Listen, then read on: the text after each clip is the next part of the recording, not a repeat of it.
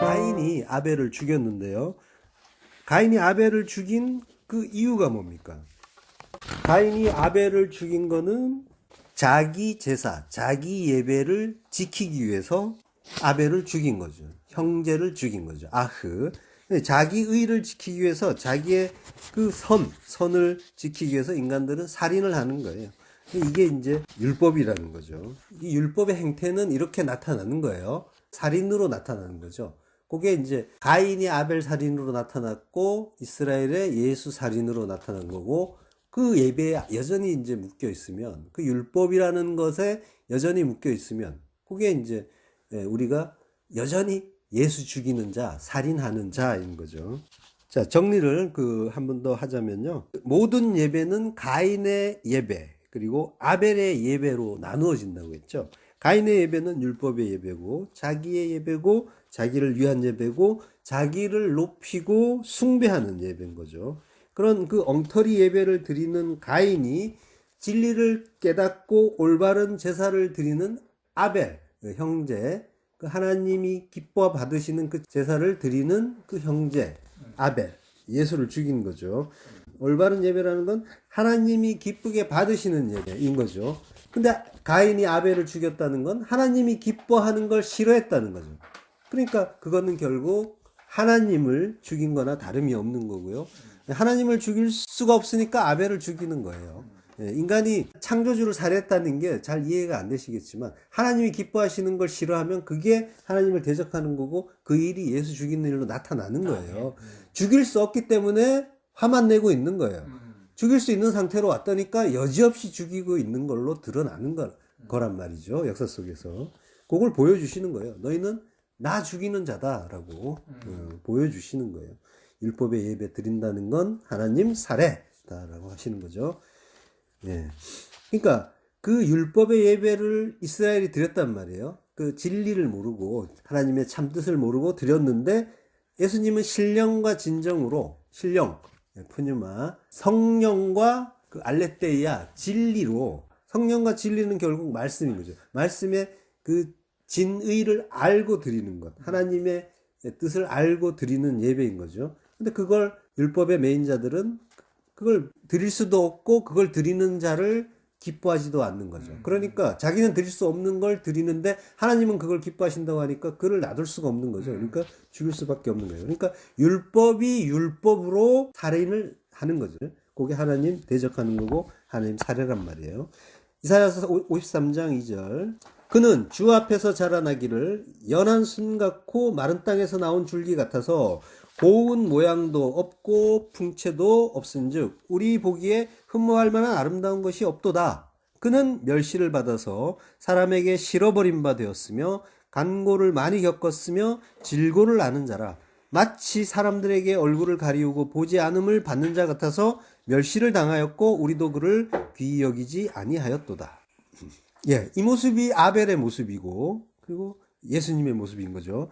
전혀 귀하게 보이지 않는 아무것도 아닌 자. 요게 아벨의 모습이고 예수의 모습이라고 했는데, 요게 천국의 모습인 거예요.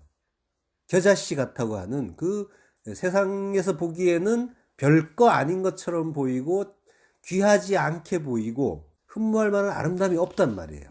이 세상의 것은 흠모할 만한 아름다움이 있는데, 이 세상에서 하늘을 보기에는 흠모할 만한 아름다움이 없어 보인단 말이에요. 아무것도 아닌 것처럼 보인단 말이에요. 천국은. 그게 그 이사야서에 지금 나타난 예수님의 그 모습에 대한 묘사이지만, 이건 천국에 대한 묘사이기도 하단 말이에요. 하늘의 진리는 그 땅의 법칙, 그 율법의 눈으로 보면 가치가 없어요. 정말로 가치가 없고 맛도 없어요. 그래서 그 무교병이라고 했잖아요. 뱉어버리고 싶단 말이에요. 하늘의 것은 이 세상의 달콤한 그 빵 맛에 길들인 사람들에게는 그 무교병은 정말로 먹고 싶지 않은 빵이에요. 먹고 싶지 않은 떡. 그래서 뱉어버리고 싶단 말이에요. 이게 무슨 천국이야 싶은 거예요. 그게 이제 우리가 그동안에 살아오면서 나의 율법으로 쌓은 그 인생 동안의 그 일들이 너무 재밌었다는 거예요. 즐거웠다는 거예요. 싫어하고 좋아하고 기뻐하고 하면서 희로애락의 감정을 발산하면서 내가 나의 그 왕됨, 나의 하나님됨을 자랑하면서 살던 그거. 다른 사람들을 비판하고 재판하고 마음으로 살해하고 이런 것들이 재미있다는 거예요. 즐겁다는 거예요. 이스라엘 사람들이 우리가 그 애굽의 그 고기 까마 곁에서 그 먹던 게 재미있었다 이런단 말이에요. 그게 토브란 말이에요. 선. 그게 선이야. 그건 우리에게 좋은 거야 라고 하는 거예요. 하나님의 그 진리의 말씀은 그건 악으로 가는 거죠. 그리고 우리가 우리 멋대로 그 고기 먹던 것은 율법 추구를 같은 뜻이에요. 고기를 먹고 싶어 한다는 건 예수 또 죽이고 싶다는 얘기였잖아요. 그 율법을 여전히 행사하고 하나님께 대적하는 일인데 그게 재미있다고 하는 거예요. 그게 선이야. 우리에게는 나의 선악 판단으로 보면 그게 선이지. 이렇게 얘기하고 있는 거죠. 그게 우리 인생 속에서 나타나는 거란 말이에요. 여전히 우리는 뭔가가 오면은 판단하고 비판하고 정죄한단 말이에요. 그게 너무 익숙하고 재미있다니까요. 그걸 같이 누가 조금만 거들어주면은 그것만큼 즐거운 일도 없잖아요. 예, 그때 보시란 말이죠.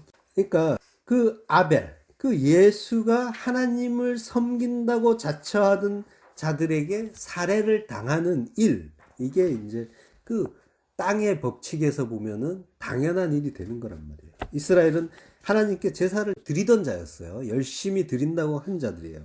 근데 그들은 그 믿음이 아니라 자기의 그 행위를 의지해서 자기의 선악 판단이 여전히 살아있는 상태에서 그걸로 판단한 내가 이게 맞다라고 하는 이게 선이야 라고 주장하는 그 행위로 제사를 드린 거예요. 그걸로 하나님께 다가가고 하나님께 다가간다는 건 천국 가보겠다고 하는 거죠.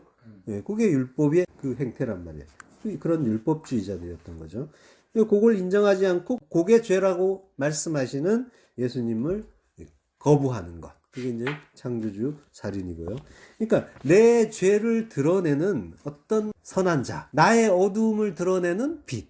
요게 어두움은 빛을 괴로워한단 말이에요. 알아보지도 못할 뿐더러 괴로워해요. 그래서 이 빛만 없으면 나는 나의 어두움은 들통나지 않을 거야 라고 하는 거예요.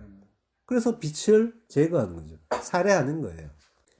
그래서 빛이 죽는 거죠. 창세기에서 보면은 그 요셉이 아버지에게 형들의 과실을 고한다라고 하는 그런 그 장면이 있어요. 일종의 고자질을 하는 거죠. 그게 어떻게 보면은 요셉의 이제 어릴 때의 어떤 성품 같은 걸 수도 있겠지만, 이게 이제 빛이 하는 일이에요. 빛이 아버지에게, 하나님 아버지에게 빛 자체의 존재로서 그 어둠을 드러내주는 거란 말이에요. 그 죄를 드러내게 하는 게 그게 빛의 역할이란 말이에요. 성도의 역할은 지금 그걸 하는 인생이 되는 거예요. 나의 그 존재 자체로 무슨 선한 영향을 끼치고 이런 건 없고요. 예, 우리는 빛을 비치고, 성도는 세상의 빛을 비추고, 그리고 어둠의 미움을 당하고 죽는 거예요. 그게 빛의 역할이에요. 그래서 두 증인이 큰 성길 앞에서 죽는다고 하는 거예요. 그게 그 이야기 하는 거예요. 성도는 죽는 거예요. 빛으로 나아가서 어둠에게 맞아 죽는 것. 요게 어둠의 그 죄를 고발하고 죽는 역할. 예수님의 역할이 그거였단 말이에요. 너희는 다 죽어야 될 존재야 라는 걸 드러내는 거예요. 그걸로 이제 심판의 근거가 되는 거란 말이에요. 물론 그거 자체가 존재의 그 목적 자체가 그건 아니에요. 그건 아니지만 나중에 심판의 근거는 된단 말이에요. 하나님이 말씀을 하실 거란 말이에요. 분명히 보여줬다고. 그리고 들려줬다고. 그때 그 근거로 삼는 거는 빛의 존재라는 말이죠. 그러니까 그 빛이 뭐 어둠을 교화시키고 이거는 할 수 있는 일이 아니에요. 하나님이 그 안에 빛을 주지 않으면 어둠은 영원히 어둠이란 말이에요. 그러니까 거기에 대해서 크게 애명글면 할 것도 없고, 예, 그러니까 하나님께 맡기는 거고, 단지 우리가 할 수 있는 그 빛을 드러내면 되는 거고요. 예. 그러니까 이제 요셉의 그 성품이 고자질하는 얍삽한 성격이었다, 그런 차원이 아니라 이제 복음을 설명해 주는 일이었다는 거예요. 이런 거 빛이 하는 일이 이거라는 거. 그래서 이제 요셉의 형제들이 어떻게 해요? 구덩이에 던져버리죠. 구덩이를 보르라고 해요. 이게 이제 구덩이, 수조 이런 말인데요. 무릉덩이. 비유적으로 무덤이란 뜻이 있어요. 그러니까 지금 뭐예요? 형제들이 요셉을 죽인 거예요. 그러니까 거기에서 나중에 나오죠. 죽고 부활한 거예요. 예, 죽고 부활했다니까 그 이전에는 아브라함, 이삭, 야곱 그 세 족장에게는 하나님이 밖에서 나타나신단 말이에요. 근데 뭐예요? 죽고 부활했으니까 이제는 내 안에 있는 거죠, 예수님. 하나님이. 그러니까 더 이상 안 나타나요. 안에 동행하시는 거예요. 계시면서. 완성이에요. 넷으로 완성되는 그 모습인 거예요. 요게 이제 가인이 아벨을 살해한 그 사건을 또 보여주는 거예요. 형제에서 죽임을 당하는 그 형제.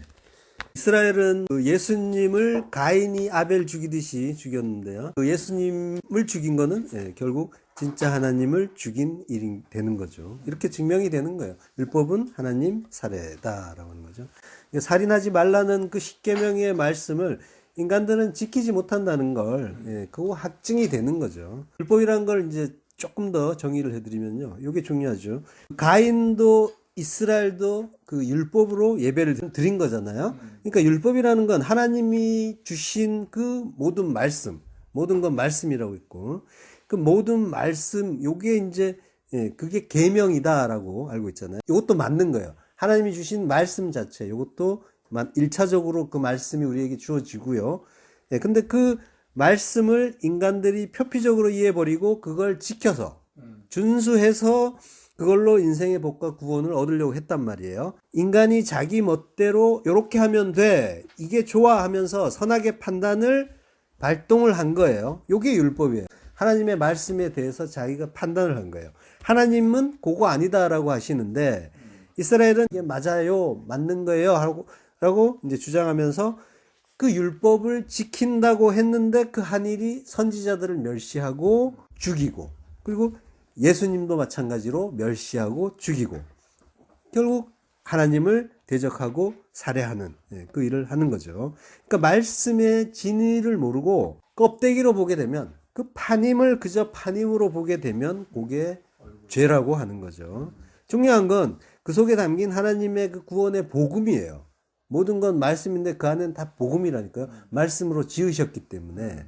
근데 그 복음을 깨닫느냐 못 깨닫느냐의 차이로 천국과 지옥이 나뉘는 거예요. 모든 것들은 말씀으로 오는 거예요. 우리에게 모든 것들이. 거기에서 내가 이게 무슨 뜻일까로 가면서 그 뜻을 깨달아 가면 복음의 어떤 그런 원칙들이 있잖아요. 이 세상 잘 되고 이런 차원이 아니라, 복 주고 이런 차원이 아니라, 나를 하나님 나라로 만들기 위해서는 부수고 다시 세워야 되죠. 그래야지 부활의 그 새 생명을 갖게 되는 거니까.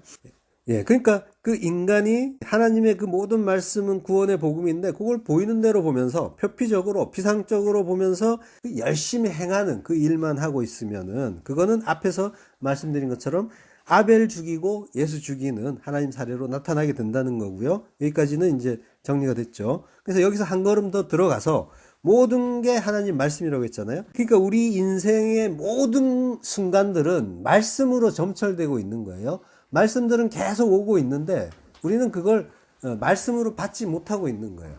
나 중심으로 보기 때문에 그건 말씀이 아니고, 그래서 구분을 한단 말이에요. 신앙생활은 신앙생활이고 일상은 일상. 요게 이제 예배는 예배, 일상은 일상, 이런 구분을 해버렸단 말이에요. 하나님의 어떤 은혜가 있어야 되겠지만 하나님이 영을 부으셔서 뭐가 뭔지를, 죄가 뭔지 의가 뭔지 심판이 뭔지를 알게 해주셔야 모든 것이 말씀으로 들리고 깨달아지겠지만, 우리가 이제 그 진리를 몰라서 인생 내내 우리가 멋대로 우리 방식의 가치 판단을 하는 그런 예배조차도 그렇게 드렸단 말이에요. 이게 이제 가인의 예배란 말이에요. 알고 보면은 우리가 알고 있는 예배, 교회에서 정한 시간에 함께 드리는 그 예배만을 예배라고 하면은, 알고 있다면은 이제 거기에 대한 이해를 달리 하셔야 되는 거예요. 하나님이 하라고 한 예배는 산 예배란 말이에요. 산 제사란 말이에요. 그러니까 산 제사라는 건 모든 순간들, 우리가 사는 모든 순간들이 제사라는 거예요. 삶 자체가 예배고 그 예배는 생명의 예배, 산 제사가 되어야 되는 거죠. 그거를 구분을 지어버리니까, 그게 하나라는 거를 알지 못하니까 이제 우스갯소리로 은혜가 제일 많은 곳은 뭐 주차장이라고 해요. 거기에 은혜가 가장 많이 떨어져 있으니까 교회에서 예배드리고 나가는 순간부터 막 그 은혜가 이제 다 떨어뜨리고 가버리니까 은혜가 제일 많은 곳, 넘치는 곳은 교회 주차장이다라고 하는데요. 애초에 그 제대로 된 은혜의 예배, 은혜를 제대로 받았다면은 그거는 마음에 간직됐겠잖아요. 그러니까 이제 애초에 제대로 된 예배도 아니었다라고 할 수가 있겠죠. 그러니까 산제사를 드리지 못하면 그들이 드리는 그 예배체도 엉터리라는 거죠.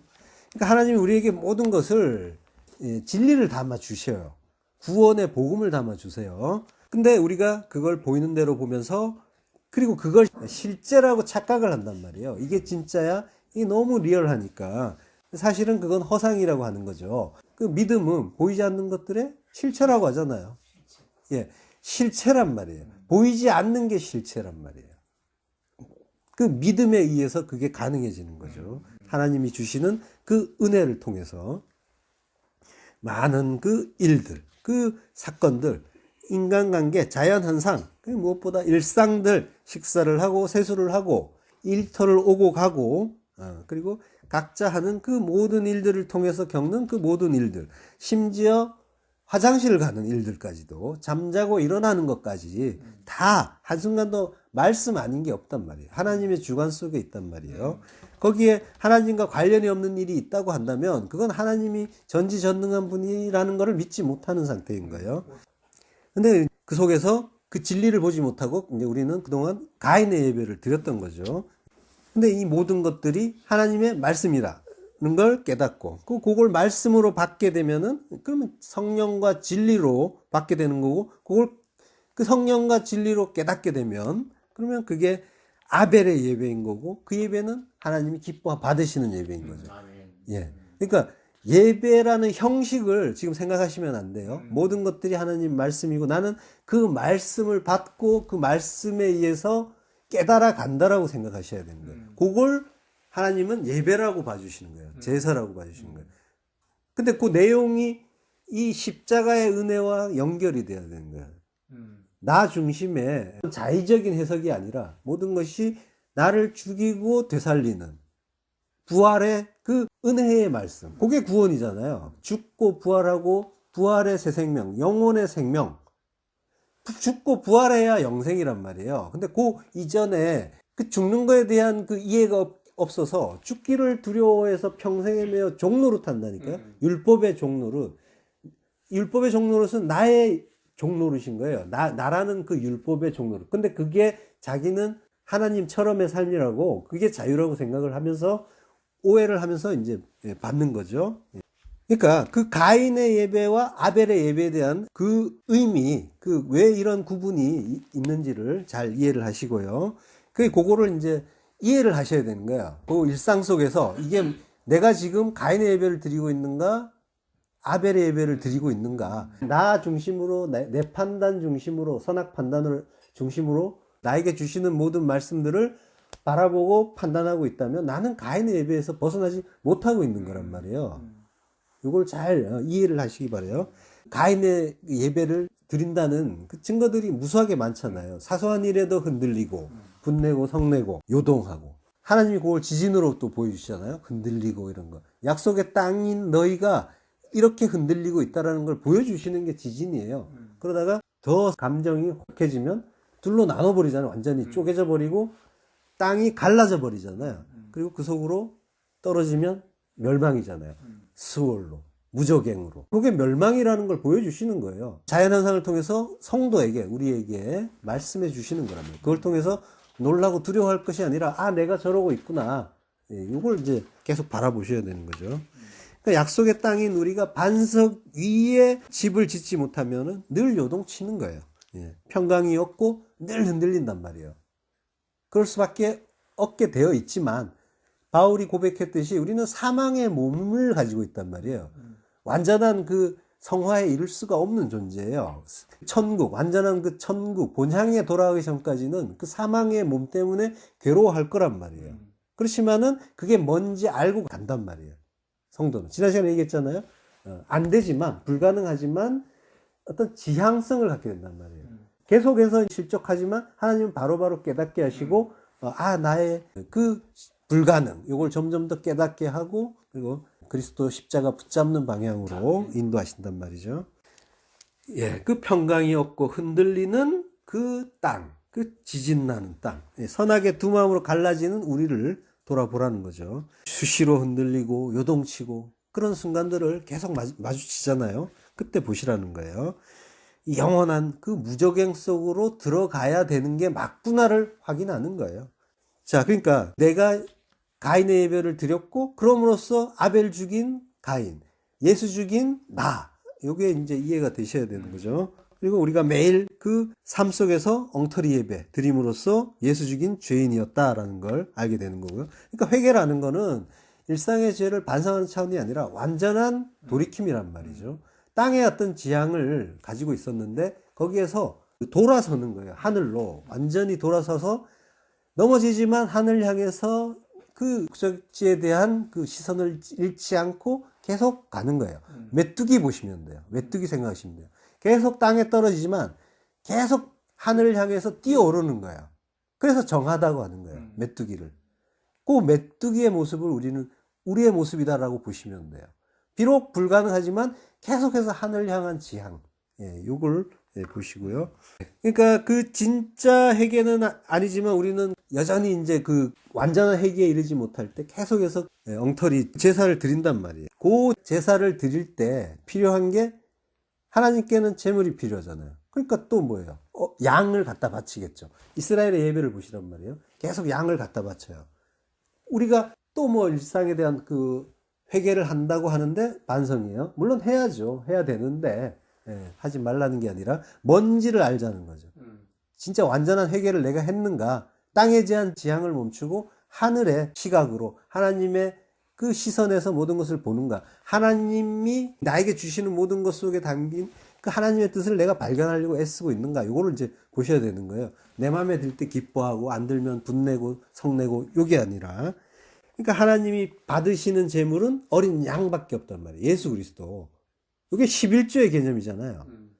11조 내놓으라는 건 진리 내놓으라는 거란 말이죠. 전에 시간에 다 했죠.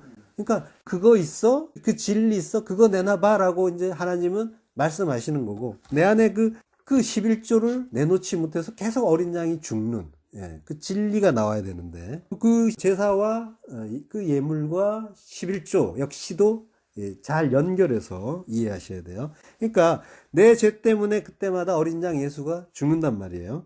그러니까 우리가 예수 죽인 죄인이고 아직도 여전히 예수를 도륙하고 있는 거고요. 살해하고 있는 거예요. 살해라는 게 그 도륙이에요. 예수님을 자꾸만 죽이는. 가인도 그랬고 이스라엘도 그랬고, 왜 제사 주셨는지 거기에 대한 이해를 분명하게 하시고, 그걸 모르면은 계속 나는 예수 죽이고 있다라는 거. 우리가 이제 드리는 그 가인의 예배, 과거에 드렸던 가인의 예배는 이제 하나님이 안 받으신단 말이에요. 고개를 돌려버리세요. 근데 우리는 그동안에 하나님이 받지 않으시는 가인의 예배만 거룩한 척 이제 폼 잡으면서 즐겁게 열심히 드렸어요. 하나님은 그거 아니다. 웃기지 말라 하시는데 그랬단 말이에요. 호세아서 6장 6절. 나는 인애를 원하고 제사를 원치 아니하며 번제보다 하나님을 아는 것을 원하노라. 하나님 말씀 계속 이거란 말이에요. 일관되게 하시는 말씀이 이거예요. 뭐 내놓으라는 게 아니라니까요. 알아라는 거예요. 알라. 인애를 원한다고 하죠. 헤세드, 아가페, 사랑. 하나님의 사랑, 그거 알라는 거예요. 헤세드. 나는 너희가 내 사랑을 알기를 원한다.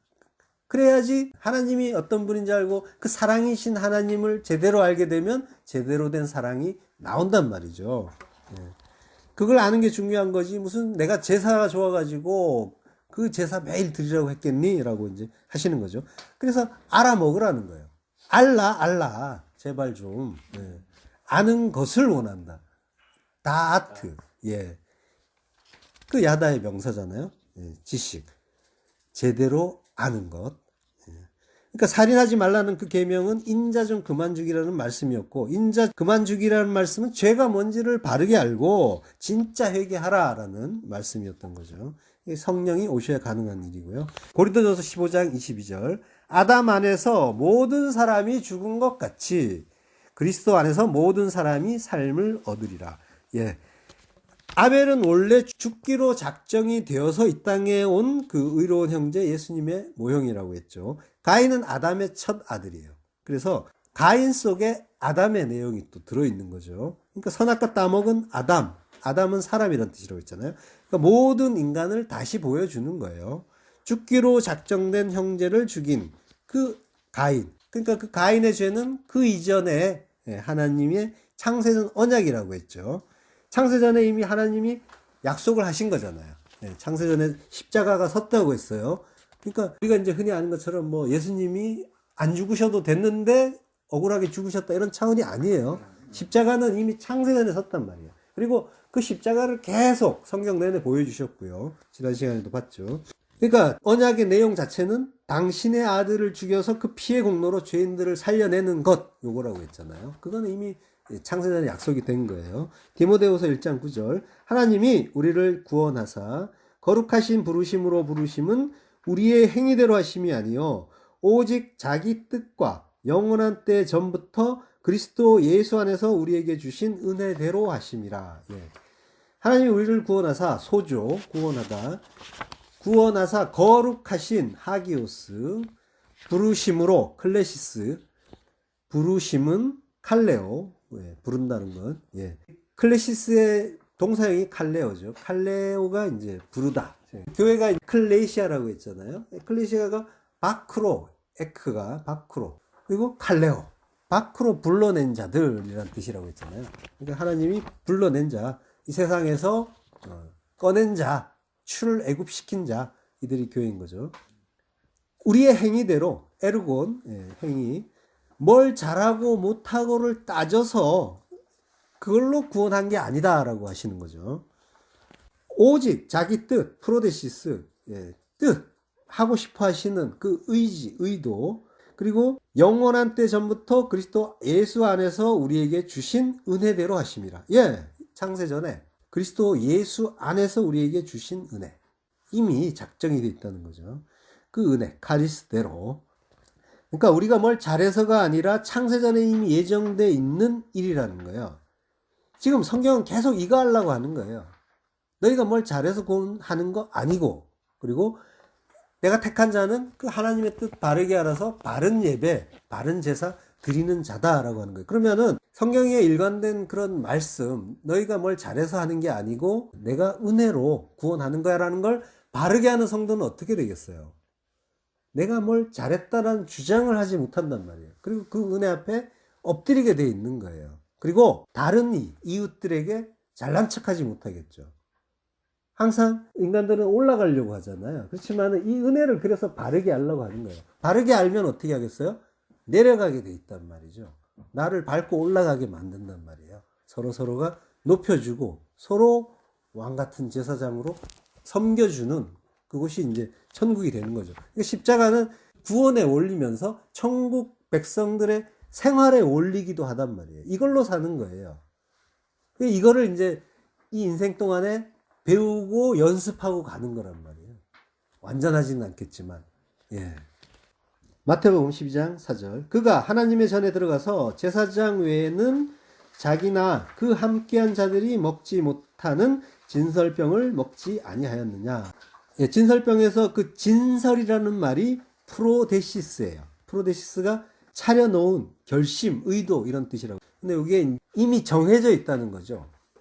잘 정해져서 우리에게 주어진 거예요.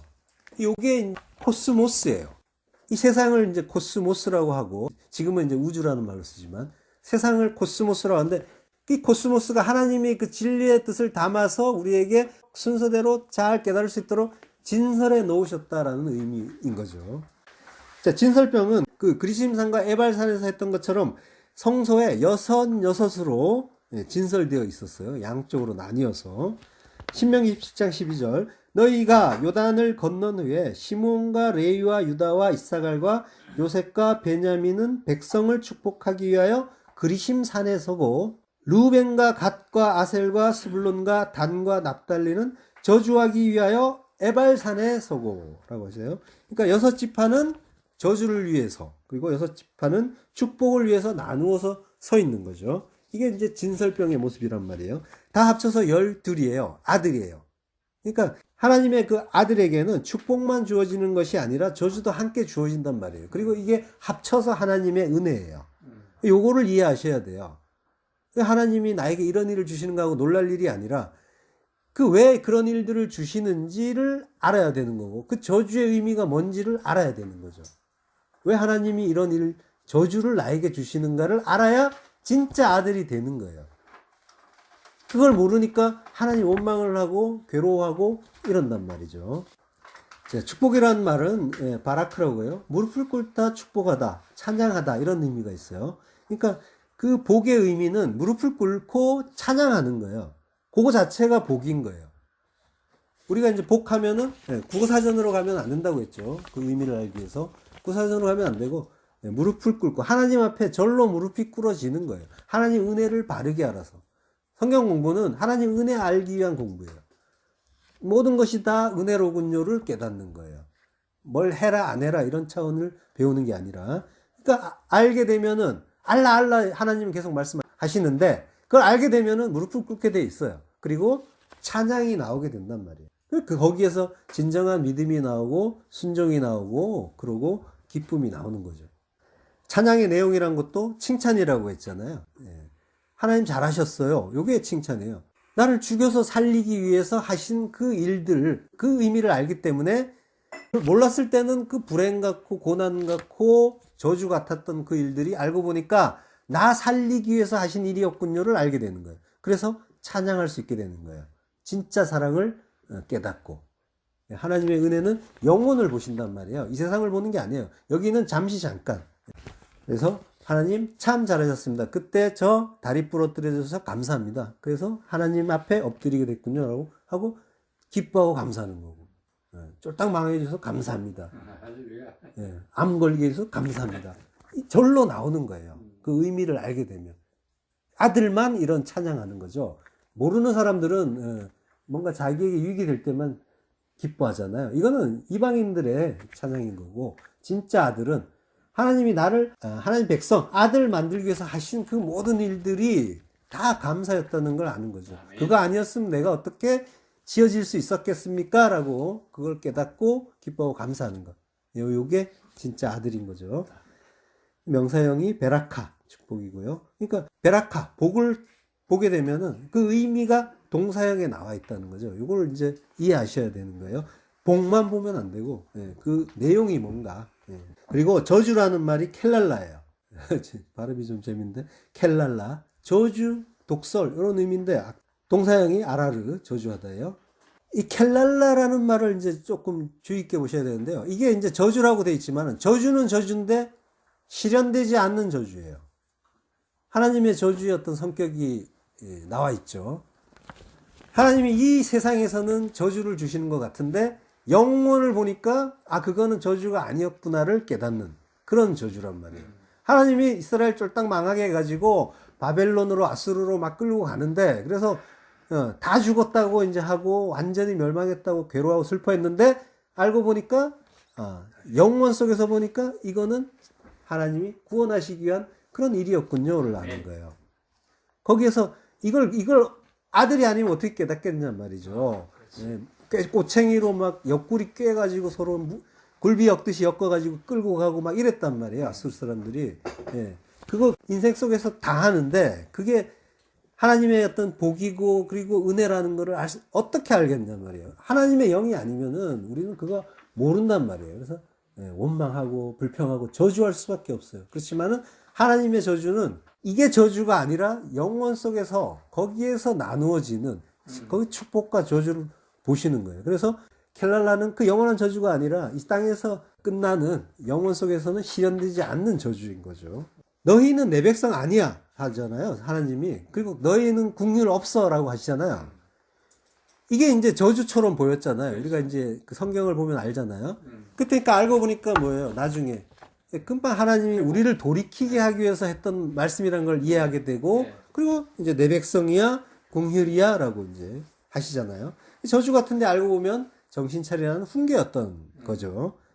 그러니까 아들에게는 반드시 그 그리심산의 축복과 에발산의 저주가 함께 오게 되어 있는 거예요. 그리심산의 축복만 기대하는 건 하나님을 반쪽으로 아는 거죠. 진정한 의미의 아들이 아닌 거죠. 떡 주세요 하면서 쫓아다니 오병이의 기적 보고 우리의 왕이 돼주세요라고 쫓아온 그들과 똑같은 거죠. 히브리서 12장 7절 너희가 참음은 징계를 받기 위함이라. 징계, 예, 징계를 받는데요. 파이데이아. 하나님이 아들과 같이 너희를 대우하시나니 어찌 아비가 징계하지 않는 아들이 있으리요. 예. 징계는 다 받는 것이거늘 너희에게 없으면 사생자여 참 아들이 아니니라. 또 우리 육신의 아버지가 우리를 징계하여도 공경하였거든 하물며 모든 영의 아버지께 더욱 복종하며 살려하지 않겠느냐. 그들은 잠시 자기의 뜻대로 우리를 징계하였거니와 오직 하나님은 우리의 유익을 위하여 그의 거룩하심에 참여하게 하시느니라. 무릇 징계가 당시에는 즐거워 보이지 않고 슬퍼 보이나 후에 그로 말미암아 연달한 자에게는 의의 평강한 열매를 맺나니. 이게 하나님의 그 저주의 내용인 거죠. 근데 징계라는 의미는 뭐예요? 파이데이아라고 했는데 파이데는 밑에 나와 있습니다. 징계인데 훈련 양육이에요. 가르치기 위한 징계였다는 거예요. 그걸 우리는 섣불리 이거는 저주야 불행이야 라고 판단을 했던 것 뿐이고, 영혼까지 보시는 하나님한테는 요거는 돌이키게 하기 위한, 천국 만들기 위한 일이었다는 거죠. 징계 없으면 아들 아니라 사생자다, 가짜다 라고 하는 거죠. 그러니까 인생이 태평성대로 승승장구로 가면은 오히려 이거 하나님이 나 버리신 게 아닌가라고 진짜 택한 자는 떤단 말이에요. 징계 같은 일들이 마구 들어오고 그로 말미암아서 그 연달, 귐나죠. 연습하고 훈련하면 그 의의 평강한 열매를 맺게 되고 그의 거룩에 참여하게 되는 거예요. 그때 아들은 그 징계 같은 인생을 기뻐하는 거예요. 이게 진짜 우리의 유익인 거죠. 그 귐나죠. 연습하다, 훈련하다. 귐나죠라는 말은 귐노스라는 말에서 이제 유래가 됐는데요. 벌거벗은이라는 말이에요. 네이키드. 그러니까 당시에 운동할 때는 이제 벌거벗고 하긴 했어요. 헬라스 사람들이. 그 단어를 가지고 이제 지금 복음을 설명하는 거죠. 예. 그러니까 귐노스는 무화과 나무 이파리로 엉뚱한 옷 만들어 입고 하나님 나 잘했죠 하는 그 아담들, 우리들, 그걸 이제 발가 벗겨 주신다는 그런 의미까지 들어있는 거죠. 그러니까 하나님의 그 연단, 요거는 알고 보면은 우리가 생명이라고 생각하면서 열심히 쌓은 거 다 뺏어 주시고 벗겨 주시고 발가 벗겨 버리는 그런 일인 거죠. 우리는 그게 아까워서 막 바들바들 떨기도 하고 속상해하기도 하고 분내기도 한단 말이에요. 이를 갈기도 하고. 하나님 해도 뭐 너무하십니다 이렇게 원망도 하고 삿대질도 하죠. 근데 하나님은 뭐예요? 그거 안 되지, 그거 입으면 안 되지 하고 벗겨버리고 가죽옷 입혀주시는, 의의 흰옷 입혀주시는, 내가 만든 옷, 그 세마포 입혀주시는 거죠. 그게 구원이라는 거예요. 그러기 위해서 발가 벗기는데 그걸 우리는 징계라고 생각한단 말이에요. 뭐 여러 가지 지저분한 거 잔뜩 그 묻어있는 그거 입고는 이제 나 잘했죠 하고 있는데, 부모 입장에서는 뭐예요? 벗겨내야죠. 벗겨내고 씻기고, 물로 씻기고, 말씀으로 씻기고, 그리고 새 옷 입혀주고. 이게 부모들이 하고 싶어 하는 일이잖아요. 자녀에게. 그러니까, 홀라당 그 벗겨주는 그 일이 징계처럼 보이지만 그거는 징계도 아니고 저주도 아니고 축복이라는 거죠. 그 히브리 기자가 이제 그 구절을 이제 신명기에서 이제 끌어온 거예요. 사실은. 그 파이데이아, 징계라는. 신명기 8장 5절. 너는 사람이 그 아들을 징계함 같이 내 하나님 여호와께서 너를 징계하시는 줄 마음에 생각하고 내 하나님 여호와의 명령을 지켜 그 도를 행하며 그를 경외할지니라. 예. 그 아사르란 말이 훈계, 징계예요. 근데 교훈이란 말도 같이 있단 말이에요. 그러니까 야사르가 파이데이아와 똑같은 의미인 거예요. 그러니까 성경이 그 하나님이 우리 그 인생이 뭘 위해 존재하는지를 가르쳐 주시는 거예요. 내 만족, 내 행복 찾는 게 인생이 아니고 그 아들로 양육되기 위한 곳, 이게 바로 인생이라는 거예요. 내 하나님 여호와의 그 명령, 계명, 그 말씀을 지키라 라고 하죠. 샤마르예요. 샤마르, 지키다라는 말은. 샤마르는 준수하라는 말이 아니라 성경에 우리 지키다는 말 많이 나오는데 요거는 간직하다라는 말이라고 했어요. 내 안에 내 마음에 잘 간직하라. 흘리면은 혈루병이고, 그리고 그 도를 행하다라는 말. 그러니까 그 표현이 뭔가를 이제 깨달은 그 법도, 이 법칙을 행동으로 나타내라라고 이제 하는 것 같지만, 이 도라는 말이 데레크, 길인데요. 그러니까 길을 이제 한자로 써가지고 그냥 도라고 이제 해놓은 거예요. 그러니까 뭔가 그런 것 같죠. 예. 그러니까 유일한 길이신 예수, 그 길로 행하다라는 말은 얄라크 걸어가라라는 거예요. 그 길로 가라는 거예요. 예수라는 길로. 나만 길이야. 다른 길 가지 마라고 하신 그 길로 가라는 거예요. 그러니까 아들 그 휴오스들은 양육을 위해서 그 징계처럼 보이지만 그 일이 반드시 필요하고 그게 비록 저주 켈랄라처럼 보이지만 그 켈랄라의 동사형은 칼날이에요. 하찮다, 시시하다, 보잘것없다, 가볍다, 빠르다예요. 그러니까 저주 켈랄라처럼 보이지만 이 인생이 하나님께서 저주하는 그런 일들로 잔뜩 나에게 오는 것 같지만 그것들은 별거 아닌 거라는 거죠. 칼날 별거 아닌 거고 가벼운 거고 빨리 지나가는 것들이라는 거예요. 그 저주는 힘들어 내 인생 왜 이래 이게 아니라 이런 탄식은 영혼을 바라보지 못할 때 나오는 거고 저주는 가볍고 짧은 잠시의 일이고 진짜 아들은 하나님의 뜻 가운데서 영혼의 축복 베라카를 바라보는 거죠. 이걸 바라보지 못하고 하나님의 그 영혼까지 바라보시는 그 시선 그걸 깨닫지 못하고 그러니까 이 성령이 안 오시면은 하나님의 뜻을 알 수가 없다니까요. 성령이 오셔야 하나님이 오셔야 하나님의 뜻 사정을 알게 되는 거죠. 그거를 모르면은 괴로워하고 슬퍼하고 답답해하고 요게 이제 사생자가 되는 거예요. 아들은 기뻐하고 징계를 축복으로 아는 거죠. 이렇게 나누어지는 거예요. 갈라지는 거예요. 그러니까 어떤 일이 올 때 힘든 일이 올 때 부하가 걸리는 일이 올 때 하나님 나 훈련하시는구나 양육하시는구나 알고 기뻐하셔야 되는 거라니까. 속상해 하실 일이 절대로 아닌 거예요. 12지파 그 아들이 생명의 양식으로 사는 그 진리 요거를 이제 담아준 게 진설병이란 말이에요. 아들은 이 떡으로 사는 거지 생명의 말씀으로 사는 거지 요걸 이제 가르쳐 주는 게 진설병이에요. 말씀이라고 했잖아요. 그러니까 이제 이것만이 아니라 우리에게 주는 모든 말씀 그 속에 하나님의 뜻 그 결심이 아들에게는 밝히 보이는 거예요. 모든 것이 진리란 말이에요. 하나님이 눈을 열어주시고 그 빛을 가진 자는 모든 것이 다 진리로 보여요. 진리 알레테아는 걷어버린 상태예요. 덮인 것들이 걷어졌어요. 그래서 모든 것 속에 진리가 보여요. 하나님의 뜻이 보인단 말이에요. 우리를 구원하시는 하나님의 참뜻, 그 사랑이 보인단 말이에요. 그래서 어떤 일들 때문에 일희일비하지 않는다니까요. 절대로 요동하지가 않아요. 그걸 무슨 뜻인가로 가는 거죠. 항상. 그리고 좋은 뜻이라는 그 전제가 있어요. 구원의 복음이라는 우리는 이제 결론을 이미 내려놨잖아요. 어떤 일들이 오는데 이게 무슨 뜻이에요? 라고 묻는데 답은 이미 구원의 참뜻이 담겨 있는 거죠. 구원의 복음이에요. 이게 결론일 거예요. 감사가 이제 나오는 거죠. 절로. 요거는 감사로 이어지게 돼 있잖아요. 이걸 모르면 원망하겠지만 여기서 거슬러 가는 거예요. 그러면 이게 무슨 뜻이에요? 로 가는 거예요. 복음은 항상 나 죽이고 새 성전 만드는 거라고 했잖아요. 하나님은 새 창조 중이시란 말이에요. 그래서 십자가예요. 십자가. 결론이. 그래서 십자가가 중요한 거예요. 그러니까 모든 일들은 나 주기로 오는 말씀으로 보시면서 나를 어떻게 하나님이 죽이시기를 원하실까를 생각하시면 되는 거예요. 그래서 그걸로 기뻐하시면 되는 거죠. 이걸 놓치시면 안 돼요. 요거를 가지고 모든 것들을 보시면서 거슬러 가는 거예요. 그러니까 이제 모르는 사람들은 어떤 일이 있을 때, 일이 이제 나에게 올 때 이걸 판단을 한단 말이에요. 선악간에 판단을 하고 기뻐하거나 슬퍼하거나 뭐 이런 걸로 이제 나누어지는데 분내거나 즐거워하거나 나누어지는데 이리로 가는 게 아니라 이제 이리로 이제 가는 거죠.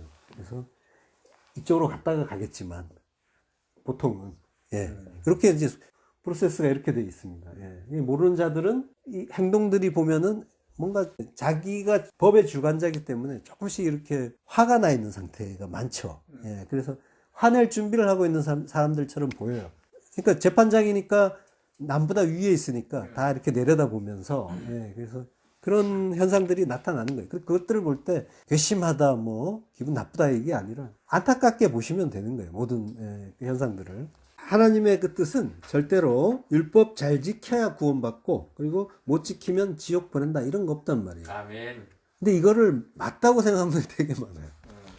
하나님을 오해해도 단단히 오해하는 거죠. 이걸 이제 하나님을 본선징악으로 보는 거예요.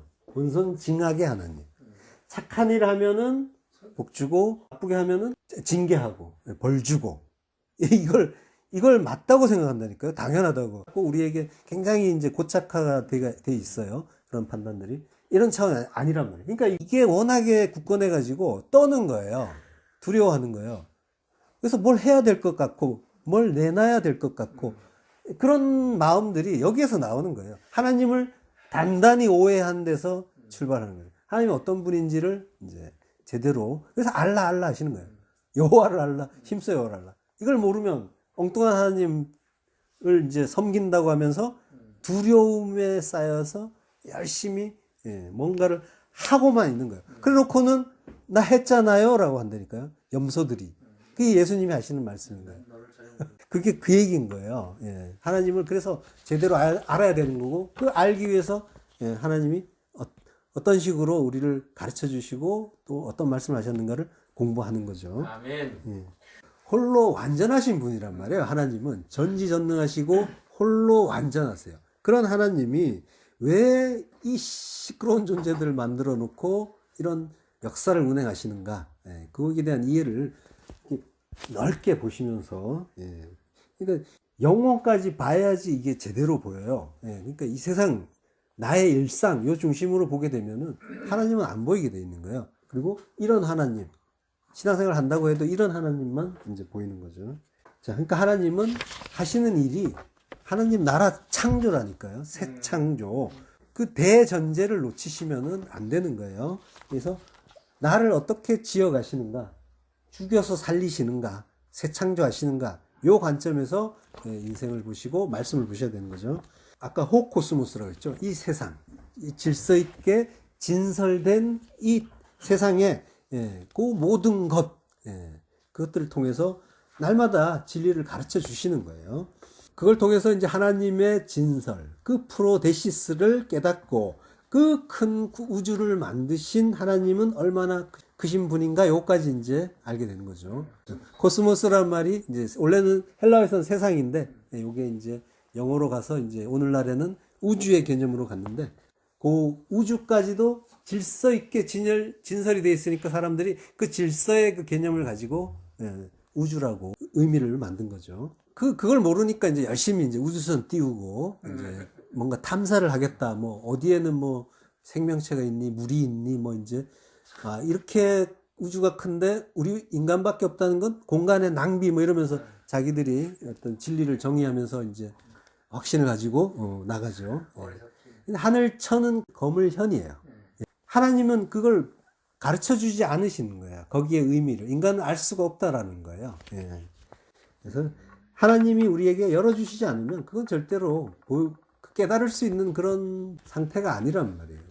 그래서 이제 그 우주, 큰 우주를 통해서 알아야 될 거는 하나님의 크심, 그리고 위대하심, 그리고 그 과정에서 이제 우리를 어떻게 인도해 가시는가. 야, 그 티끌만도 못한 우주를 통해서 우리 그까지 볼 수 있잖아요. 우주에서 지구를 찾는다는 것조차 힘든데, 거기에서 이제 나라면은 얼마나 찾기가 힘든 거예요. 근데 그 하나님이 나를 안다고 하신다면 이건 얼마나 엄청난 일인가. 그까지 보라는 거죠.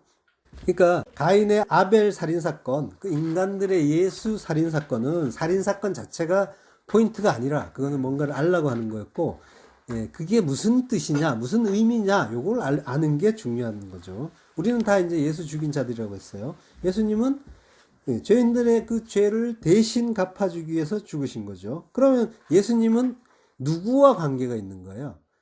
죄인과 관계가 있다고 했죠. 죄 없는 의인이 아니라 죄인 중에 괴수라고 자백하는 그 죄인들, 그들과 관계가 있는 거예요. 그러니까 의인은 없나니 하나도 없다라고 하나님 말씀하셨어요. 그래서 그 세상 죄를 대속하기 위해서 어린 양이 와서 대신 죽는 거란 말이에요. 근데 죄 없다고 하면은 그건 하나님과 관계가 없는 자들이고, 그러니까 죄를 깨달은 자들은 하나님의 그 은혜를 오히려 받은 자들이 되는 거죠. 죄인 맞습니다. 죄가 뭔지 깨달은 자. 근데 내가 죄인이라는 거를 인정하느냔 말이에요. 말만 하잖아요, 사실은. 누가 조금만 지적하면 가만 안 있잖아요. 정말 죄인이라는 걸 이 뼈저리게 예. 죄인 중에 괴수라는 거를 이해하셔야 돼요. 예. 그러니까 다른 사람이 나를 뭔가 비난을 한다 그러면은 오히려 좀 더 해야 맞지 않은가라고 의아심을 가져야 되는 게 맞는 거라니까요. 죄인 중에 괴수라고 하면서 한마디도 용서 안 하려고 하잖아요. 예. 의의 왕이라니까요. 예. 그러니까 이런 그 이해와 고백은 성령이 오시지 않으면 사실 이해가 안 되죠. 아멘. 예. 그 은혜를 주실 때만 그걸 깨닫게 되는 거죠. 예. 그러니까 예수님이 나 때문에 죽으신 게 맞죠. 그러니까 내가 예수 죽인 자인 거예요. 형제 죽인 자. 자, 그러니까 예수님이나 아벨이나 그럼 죽기 위해서 왔어요. 그러면은 죽인 것 자체는 문제가 아니란 말이에요. 하나님께. 우리는 죽일 수밖에 없는 자란 말이에요. 그래서 왜 죽였어? 뭐 이런 그 말씀을 안 하세요. 아느냐, 모르느냐, 요걸 물으신단 말이에요. 네 형제 아벨이 어디 있어? 그거 알아? 라고 이제 물어보는 거예요. 하나님이. 야다. 아느냐? 라고 물었어요. 그러면은 뭐예요? 야다라고 하면은 사는 거예요. 근데 뭐예요? 가인은 로야다 한단 말이에요. 난 몰라요. 라고 하는 거예요. 난 아벨 몰라요? 내가 아벨 지키는 자예요? 라고 한단 말이에요. 그러니까 그 야다. 아느냐, 모르냐. 야다가 근데 다른 뜻이 뭐라고 했어요? 동치마다예요. 그러니까 하나가 됐느냐까지 물으시는 거예요. 너 아벨 알아? 어디 있는지 알아? 그와 하나 됐어? 라고 묻는 거예요. 너 십자가에서 죽었냐고 묻는 거란 말이에요. 야다라고 하는 거는 하나 됐느냐라고 묻는 거는 너 십자가에서 죽었어? 그래서 하나가 됐어? 까지 가는 거예요. 그런 내용까지 같이 들어있는 거예요. 선악과를 먹은 아담과 하와가 하나님의 낯을 피해서 스스로 숨은 곳이 동산 가운데 타에크에 있는 선악과 나무 가운데 타에크, 동산 가운데 있는 선악과 나무 가운데, 그거는 뭐예요? 그 선악과 나무는 율법의 나무라고 했어요. 다른 나무가 있는 게 아니라 나무 한 그루인데 그 가운데, 그 속에 들어갔다라는 거죠. 율법 속으로 들어갔다는 거예요. 율법 뒤로 숨었다. 선악의 나무니까 율법의 나무고요. 그러니까 내가 어디 있느냐라고 이제 아담에게 물으신 거는 뭐예요? 내가 있는 그곳, 그 율법의 나무, 거기가 어딘지 아느냐라고 하는 거죠. 예. 하나님만 믿고 의지하는 인간이 이건 부끄러운 거야 라고 자기 멋대로 판단을 하면서 주체성, 독립성을 주장을 하면서 하나님으로부터 피한, 그게 이제 죄성인 거죠. 그런 주제에 이제 우리가 어떻게 하나님의 은혜를 값없이 받고만 있느냐라고 하면서 뭘 좀 보태자, 이제 이런 말들을 많이 한단 말이에요. 요게 이제 의의 흰옷, 요걸 입지 못하고 그 하나님이 입혀주시는 그 옷을 기다려야 되는데 그걸 기다리지 못하고 자기가 그 하나님의 일에 보탬이 되겠다고 하면서 뭔가 도움이 되겠다고 하면서 멋대로 지어 버리는 거예요. 무화과 나무 이파리로 띠를 만들어 있는다고 했죠. 진리의 띠, 하고르. 요게 그 아브라함이 이스마엘을 낳죠. 요게 같은 일이에요. 아브라함이 그 은혜 아들을 준다고 하셨는데 기다리지 못하고 이스마엘을 낳잖아요. 요게 자기가 하나님 일을 돕겠다고 하는 거예요. 그 아들 이스마엘이 율법의 어떤 대명사가 되는 거죠. 그래서 그 후손들이 열심히 엄청나게 엄격한 율법 지키고 있잖아요, 지금도. 네, 그런 형태가 이제 오늘날 우리에게도 여전히 이제 나타나고 있는 거고요. 네, 그 구원의 은혜, 그 말씀 배우기도 바쁜데 어마어마하게 바쁜 일들, 할 일이 많잖아요. 네, 제가 아는 그 어떤 장로님도 일이 너무 많으니까 장로 그만하고 싶다, 이제. 그런 말씀을 하시더라고요. 네, 그래서 그러면 딴 교회 가세요라고 이제 제가 했더니까 그건 안 된다고 해요. 아깝다 생각하는 거죠. 네, 그동안 그 투자한 그 시간, 노력, 그리고 또 장로 될 때 또 뭐 좀 내잖아요.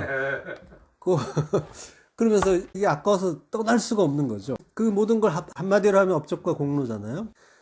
내가 한 그 업적과 공로 이걸 어떻게 내가 버릴 수가 있는가. 그러니까 하나님은 그거 아무것도 아니라고 하시는데 그거 버려야 된다고 하시는데 인간은 그거 못 버린다고 하는 거예요.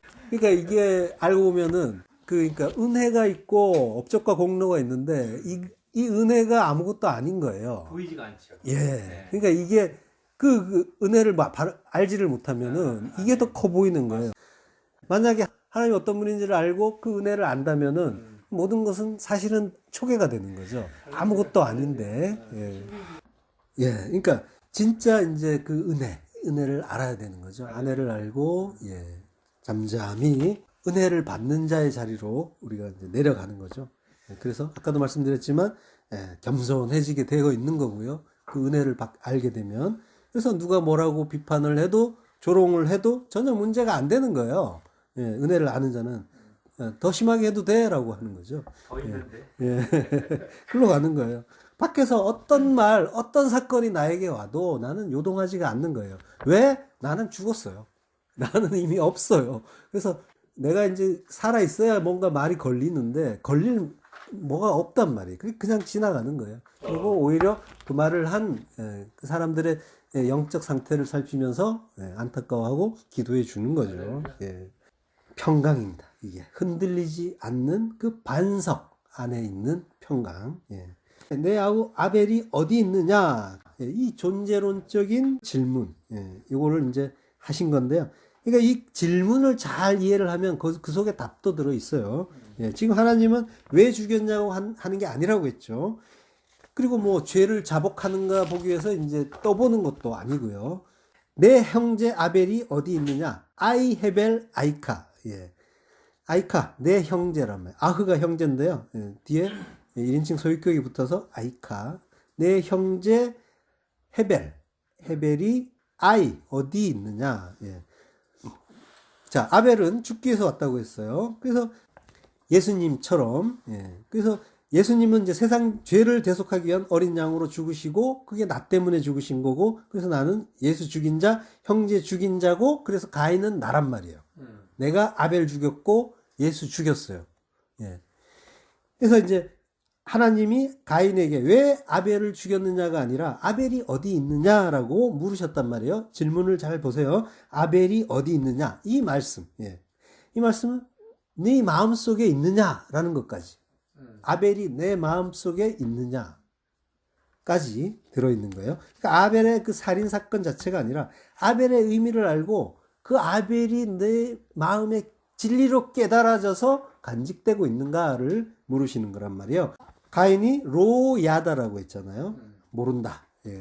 내가 아우를 지키는 자니까 샤마르. 이거 간직하다라는 말이에요. 이거 역시 깨닫고 간직해야 되는데 간직하지 못하고 있다라는 말이죠. 자, 그러니까 예수 그리스도 여러분에게는 어디에 있냔 말이에요. 예수 그리스도가 여러분 안에 있는 거예요. 할렐루야. 예수 그리스도는 어디 있어야 돼요? 여기 있다 저기 있다가 아니라 우리 안에 있어야 된단 말이죠. 그 사람이 천국이고 우리 안에 있다라는 거는 뭐예요? 예수님과 내가 한 공간 안에 있다는 걸 나는 죽었다라는 얘기예요. 창조주와 피조물의 연합은 피조물의 삭제로만 이루어진다고 했잖아요. 대등한 존재로 이루어지는 게 아니에요.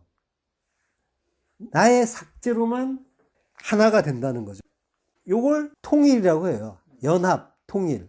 유니온 크라이스트라고 하는데 요게 이제 첫째 날이다라고 하잖아요.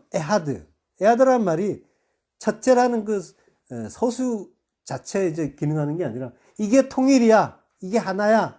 라고 하시는 거예요. 그것조차도 이제 복음을 설명해 주시는 건데요. 나중에 기회가 되면은 한번 설명하고요. 그러니까 요 하나 되는 것, 요게 이제 통일이야, 연합이야 라고 하시는 거죠. 에하드. 자, 그리고 하나님이 질문을 또 하세요. 내가 무엇을 하였느냐? 마아싸. 마아싸. 마가 뭐냐? 아싸. 행하다, 만들다. 이런 말이에요. 아싸는 이제 천지창조 때 하나님이 피조물을 만드실 때 사용한 그 창조의 언어예요. 마아싸. 그러니까 무엇을 하였느냐라는 말도 되지만 무엇을 창조하였느냐, 무엇을 만들었느냐라는 말도 되는 거죠. 그러니까 하나님이 무지하게 죽은 그 네 형제 아벨, 그 의미를 알아서 네 안에 하나님 나라 만들었어? 라고 하는 거죠. 천국 만들었니? 라고 물어보는 거죠. 그러니까 천국은 지옥에 떨어져서 죽을 수밖에 없던 죄인들이 어떤 자리에서 구원을 받았는지 알아서 그 은혜에 감사하고 기뻐하고 찬양하면서 사는 그런 자들의 나라란 말이에요. 사도 바울이 죄가 더한 곳에 은혜가 넘쳤다고 하죠. 바로 이 의미란 말이에요. 십자가 속에는 우리의 살인죄가 이미 함의가 되어 있는 거예요. 그렇지만은 하나님은 우리에게 그 살인죄를 묻지 않으시고 그 의미 알아라고 물어주시는 거란 말이에요. 그 십자가의 의미를 바르게 알면 은혜가 넘치는 거죠. 나는 하나님 죽였는데 하나님이 너 그거 알아라고 물으신단 말이에요. 그 의미를 바르게 알았더니 나는 죽어 마땅한 죄인인데 하나님이 그거 알면 돼 라고 말씀해 주신단 말이에요. 얼마나 감사한 일이에요. 그 은혜 앞에 엎드리지 않을 수가 없단 말이죠. 예. 그 형제, 예수의 의미 아느냐 모르느냐. 예. 알면은, 알고 간직하고 있으면 그게 구원이야. 그게 영생이야 라고 하시는 거예요.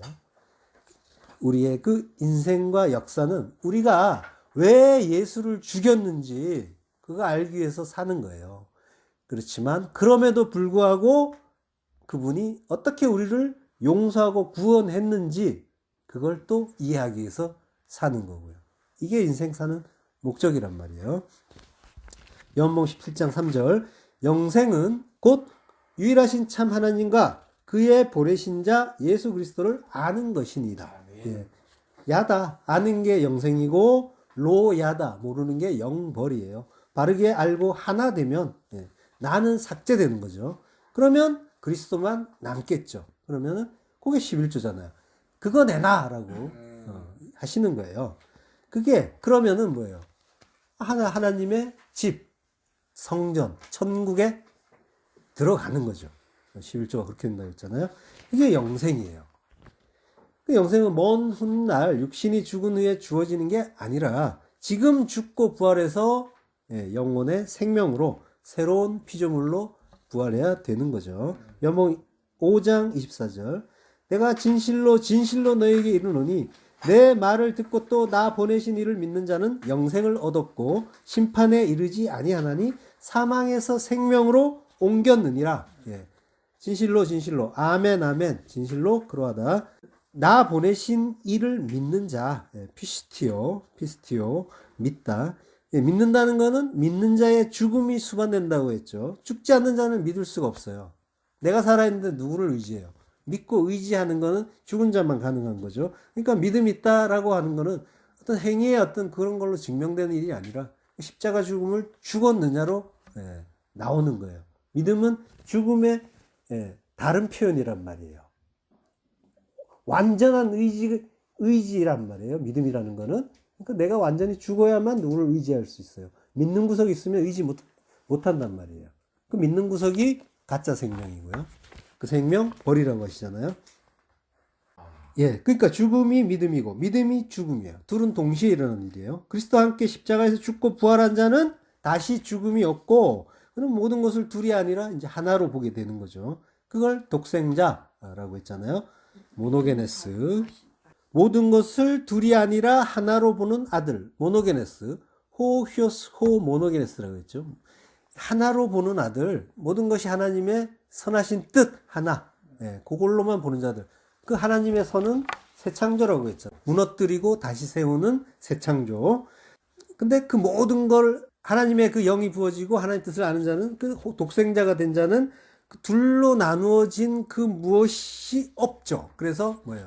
심판할 근거도 없어지는 죄가 뭔지를 알아서 더 이상 죄인이 아닌 그런 상태인 거죠. 6월절 어린 양의 피를 바른 집은 죽음이 지나가듯이 어린 양의 죽음과 하나가 된 자는 심판이 지나가는 거죠. 누가복음 9장 27절 내가 참으로 너에게 이르노니 여기 섰는 사람 중에 죽기 전에 하나님의 나라를 볼 자들도 있느니라. 이 말씀은 한 세대가 지나가기 전에 예수님이 다시 오신다는 말씀처럼 들려요. 그죠? 그래갖고 오해한 사람들이 많고, 그래서 초대교회도 사실은 이래서 생겼어요. 오해한 사람들 때문에. 돌아가야 될 자들이 명절을, 2월절 그 명절을 지내고 나서 돌아가야 되는데 안 돌아가고 예수님이 금방 오실 것 같으니까 그냥 머물러 있었단 말이에요. 그러니까 노자도 떨어지고 이제 그러니까 사람들이 땅을 팔아서 또 이제 구제하고 이러면서 이제 초대교회가 생겼던 거죠. 오해한 거예요. 근데 요즘 뭐 초대교회로 돌아가야 된다 이러는데 제대로 초대교회를 이해하지 못한 거고요. 그러니까 죽기 전에 하나님의 나라를 볼 자도 있다라는 말은 사실은 규오마이 다나토스라고 해요. 규오마이라는 거는 맛보다, 참가하다, 즐기다 이런 말이고요. 그리고 다나토스는 죽음이죠. 자기 부인의 죽음. 그러니까 뭐예요? 죽음에 참가해야, 죽음을 맛보아야, 죽음을 경험해야 하나님 나라를 본다라는 말이에요. 죽기 전에 뭐 하나님 나라를 볼 자도 있다라고 하는데, 이거는 그 죽음을 맛보아야만, 맛보지 않으면 하나님 나라 못 본다 이 얘기고요. 예, 직역을 하면. 그러니까 결국은 뭐예요? 죽음을 맛보아야, 죽음에 참여해야만 하나님 나라를 본다라고 하는 거예요. 거듭남에 대한 이야기를 하는 거예요. 니고데모한테 했던 그 말과 같은 말씀인 거예요. 네가 위로부터 거듭나지 않으면 하나님 나라 갈 수 없다라고 하신 것과 같은 말인 거예요. 지옥 간다 하는 것과 같은 말인 거죠. 규오마이라는 말이 재밌죠. 맛보고 죽음을 맛보아야 된대요. 그리고 참가해야 된대요. 죽어야 된다는 얘기죠. 죽음을 모르면서 천국 얘기하지 말라는 거예요. 누가복음 14장 24절, 내가 너에게 말하노니 전에 청하였던 그 사람은 하나도 내 잔치를 맛보지 못하리라 하였다 하시니라. 이 맛본다는 말이 규오마이예요. 그러니까 다나토스의 죽음은 뭐예요? 좋은 죽음인 거예요. 그 선악의 판단 때문에 사는 건 좋은 거, 죽은 건 나쁜 거, 이제 이렇게 돼갖고 죽음에 대해서 거부감이 많은데, 뭐, 개똥밭에 굴러도 이승이 낫다, 이제. 마치 진리처럼 보이지만, 사실은 죄인들의 오해인 거죠. 죽음은 좋은 거였단 말이야. 천국을 맛볼 수 있도록 해주는 게 다나토스의 죽음이란 말이야. 자기 부인의 죽음. 그 죽음을 죽어야만 천국에 참여하는 거고. 그리고, 내 잔치를 맛본다라고 하잖아요. 천국 잔치에 참여하는 일인 거죠. 천국 잔치를 맛보고 참여하는 일인 거예요. 우리가 마라나타 주 예수여 어서 오시옵소서라고 이제 하잖아요. 그 마라나타 주 예수는 지금 내 안에 오셔야 되는 거예요. 구름 타고 오시는 예수님을 눈으로 보게 되면 나는 심판받는 존재인 거예요. 맞습니다. 영원히 멸망하는 존재인 거예요. 지금 내 안에 오시고 내가 지금 죽고 부활해야 되는 거예요.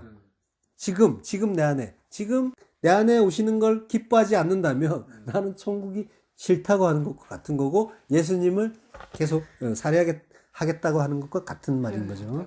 예수님이 또 내 안에 오신다는 건 뭐예요? 내가 죽는다는 거예요. 나의 삭제. 그 나의 삭제가 기쁘고 즐거워야 된다라는 거예요. 그게 즐거울 수 있는 거는 사실은 뭐예요? 하나님 백성밖에 없어요. 아들밖에 없어요. 근데 그걸 죽은 자는 자유를 느끼면서 즐거워해요. 그러니까 하늘에서 즐거워하는 거죠. 메인 게 없기 때문에. 진짜 그 즐거움, 그 진리로 즐거워하는, 자유케 되는 그 즐거움을 바라봐야 되는 거죠. 그걸 소망하셔야 되는 거예요. 다른 것도. 자, 그 죽음의 의미 모르고 간직하지도 못하는 자는 그 자기의 죽음을 즐거워할 수가 없는 거죠. 나는 그 형제 몰라요. 내가 왜 그리스도를 마음에 간직해야 됩니까? 라고. 그 가인의 후예들은 성질만 낸단 말이에요. 즐겁지가 않아요. 죽어야 되는데. 내가 하나님인데 왜 내가 죽어야 되느냐? 나는 못 죽는다. 그래서 뭐예요? 계속 성질 내는 거예요. 계속 불안해하고 계속 근심 걱정하는 거예요. 요게 가인의 후예들인 거죠. 자, 오직 그 다나토스의 죽음이 뭔지를 알고 맛본 자만이 그 죄인들의 형제가 되어 함께 죽어주시고 의인으로 함께 부활해 주시는 그리스도의 의미를 알게 되고, 그리고 신비에 잘 간직하는 자가 되는 거죠. 그가 그 죽음을 즐거워하는 거예요. 그걸 천국 잔치로 이해하는 거예요. 즐겁게 잘 죽으시길 바랍니다. 그러면은 내 안에는 천국 잔치가 벌어지는 거고, 진리로 자유케 된 나는 하늘이 되는 거예요. 기도하겠습니다.